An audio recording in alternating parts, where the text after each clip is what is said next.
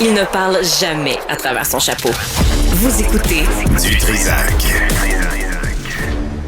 L'homme aux lunettes supersoniques est avec nous, David Proulx. David, bonjour. Il n'y a pas de son. C'est vrai que c'est des lunettes supersoniques. On dirait les lunettes où il y a de l'alcool qui peut passer ou tu sais, du liquide dedans que tu mets dans ton verre. Ah ouais, oui. Je suis sûr qu'il y a un poisson rouge qui va passer à un moment donné. Un aquarium. Bon, alors, on a retrouvé David Proulx. Tu veux nous parler de Blind Sight? Oui, écoute, Blind Sight, c'est une technologie extraordinaire. Tu sais, souvent, je dis, on vit dans le futur, là. Donc, c'est une technologie où tu implantes des aiguilles dans le cerveau et ça va permettre aux aveugles de voir. Donc, c'est quand même assez fou. Tu vas avoir une caméra sur des lunettes, pas ceux-là, mais tu vas avoir une caméra sur des lunettes qui va envoyer un signal à un module qui, lui, a des aiguilles connectées dans le cerveau. Et l'objectif, parce que ça a déjà ça s'appelle un Breakthrough Device, donc ça veut dire que la FDA, là, de l'équivalent de Santé Canada pour les États-Unis, on dit que c'est une technologie tellement bonne qu'on est prête à accélérer son déploiement. Et puis, le but ultime, c'est que cette année, il y ait les premiers humains qui n'ont jamais vu, qui pourront enfin voir. Fait que là, les gens, ils se disent « Wow, c'est merveilleux », mais là, qui fait ça? Ben, c'est Elon Musk. Ah non! Donc, écoute... finalement, c'est plus une bonne idée. Ouais, non, c'est ça. Laisse-les aveugles, ces gens-là. C'est Elon Musk. Exactement. C'est pas bon. On n'en veut pas. Exactement. Mais sais-tu ce qui est très drôle? C'est que les gens qui sont contre Elon Musk ne sont-ils pas déjà légèrement aveugles de ne pas voir toutes les belles choses qu'il fait? Mais attends, mais Elon Musk avait déjà fait sa chip Neuralink, qui était une espèce de petite pastille avec des petits fils gros comme des cheveux qui aidait les gens à retrouver de la motricité. Il y a déjà ça qui est en place, là. Exactement, Cybèle. Donc là, ce qu'on voit, c'est la deuxième version de Neuralink.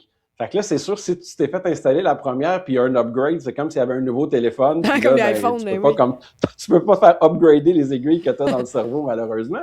Mais on s'entend, c'est toujours à la phase très expérimentale. Donc, Neuralink, depuis 2 ans, il y a des humains là-dessus. Puis ce que ça l'a permis de faire, c'est des gens complètement paralysés sont maintenant capables de contrôler leur ordinateur par la pensée. Et puis, le premier patient Neuralink, c'est vraiment beau. Ils ont fait des beaux vidéos là-dessus. C'est un papa de 2 ou 3 enfants. Et puis là, avec Neuralink, il est capable de jouer à Mario Kart avec ses enfants dans le salon. Donc, ça lui permet d'interagir avec le monde, d'interagir sur Internet, de publier sur Internet. Puis au moins, parce que là, il était vraiment paralysé partout en bas du coup. Donc là, c'est la version 2. Mais comment ça fonctionne? Parce que là, tu dis, il est branché, puis il peut jouer à Mario Kart, mais moi, je suis intrigué pour savoir comment physiquement ça fonctionne. OK, ben, je vais te l'expliquer au mieux de mes connaissances, parce que ça utilise l'intelligence artificielle et ça utilise le machine learning. Donc, le machine learning, c'est quoi? C'est quand tu exposes un ordinateur à une multitude de données. Et là, à force d'essais-erreurs et de recalibration, la machine est capable de faire la différence entre le signal et le bruit. Le signal, c'est les données électriques dans le cerveau qui ont un lien avec une intention motrice. Et le bruit, c'est toutes les autres neurones qui s'allument et qui envoient des signaux qui ne sont pas pour les mouvements moteurs. C'est exactement pareil comme les systèmes de machine learning pour lire les radiographies. Donc, quand tu vas avoir une radiographie, tu mets un paquet de radiographies à ton modèle de machine learning. Il voit des poumons sains, des poumons sains, des poumons sains. Puis là, il voit des tumeurs à différents endroits. Puis là, à un moment donné, il comprend que quand ça ressemble à ça, c'est possiblement une tumeur. Puis d'ailleurs, il y a une autre étude qui a été publiée avant-hier, qui démontre que les systèmes en radiographie sont meilleurs en machine learning qu'en IA génératif. Mais ça, allons pas là-dedans aujourd'hui. Donc, l'idée, c'est que les aiguilles qu'il met sur la tête mesurent comment le cerveau de la personne fonctionne, parce que les cerveaux des gens ne fonctionnent pas tous de la même manière. Donc, la machine lit tout ce qui se passe, puis va écarter le bruit du signal. Et là, ce qui est intéressant avec la version 2, parce que la version 1, elle interprétait les intentions du cerveau pour les transformer en actions motrices sur l'écran, mais là, l'effet que ça a, c'est que ça va envoyer du signal. Donc, ce n'est plus de la lecture, c'est de l'écriture. Wow, c'est du Bluetooth neuronal. Exactement, parce que la caméra va voir quelque chose et ça va envoyer le signal au cerveau pour l'interpréter en signal visuel. Et là, au début, ça va pas voir aussi bien que nous.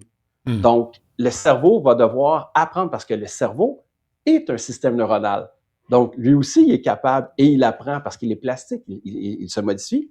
Donc, il va apprendre à recevoir ces signaux-là et à faire la différence entre ce qui est signal et bruit. Donc, au début, les gens vont voir comme des gros pixels, un peu comme un vieux Nintendo. Là. Puis là, ensuite, à force de s'entraîner, ils vont voir de mieux en mieux. Et donc, vas-y. Non, mais c'est parce que là, est-ce qu'encore une fois, la question de coût s'applique, tu sais, est-ce que c'est accessible à tout le monde?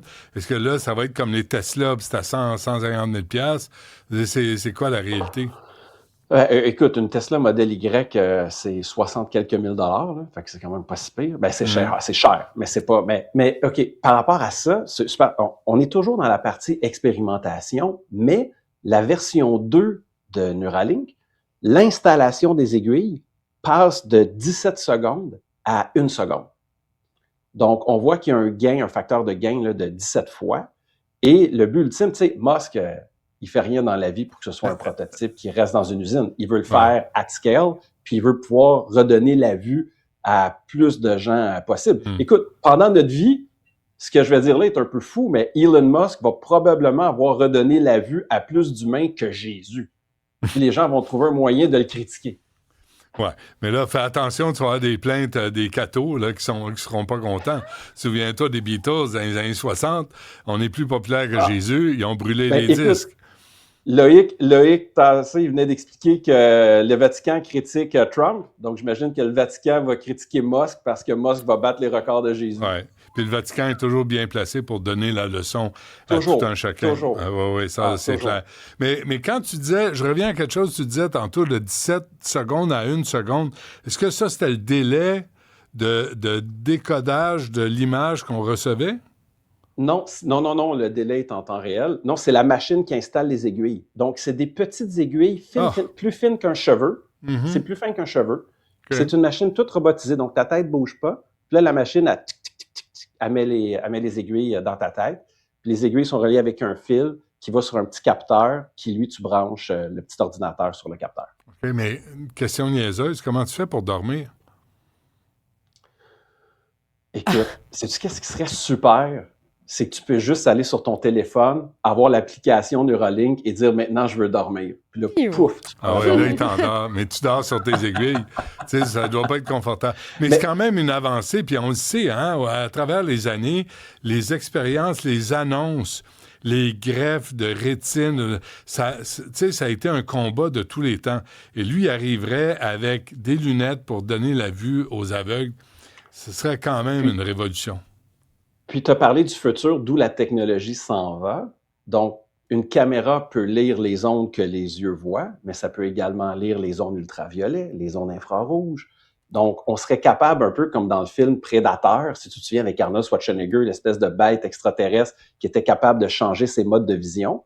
Donc, on serait capable d'avoir d'autres modes de vision. Puis, une autre chose aussi, c'est qu'on serait capable d'augmenter la vue. Donc, pour les gens qui ont des yeux qui fonctionnent bien, tu pourrais avoir carrément l'Internet embarqué directement dans ton cerveau sans passer par des lunettes qui te projettent des choses. OK. Question, Ray Kurzweil qui parlait de singularity là, en 2029, l'ordinateur puis l'être humain, on va pas faire une jonction, là, mais on va se rejoindre sur des habilités de ce genre-là. Est-ce que c'est ce dont il parlait? Ben oui, puis en fait, c'est qu'en ce moment, à Silicon Valley, il y a deux gangs.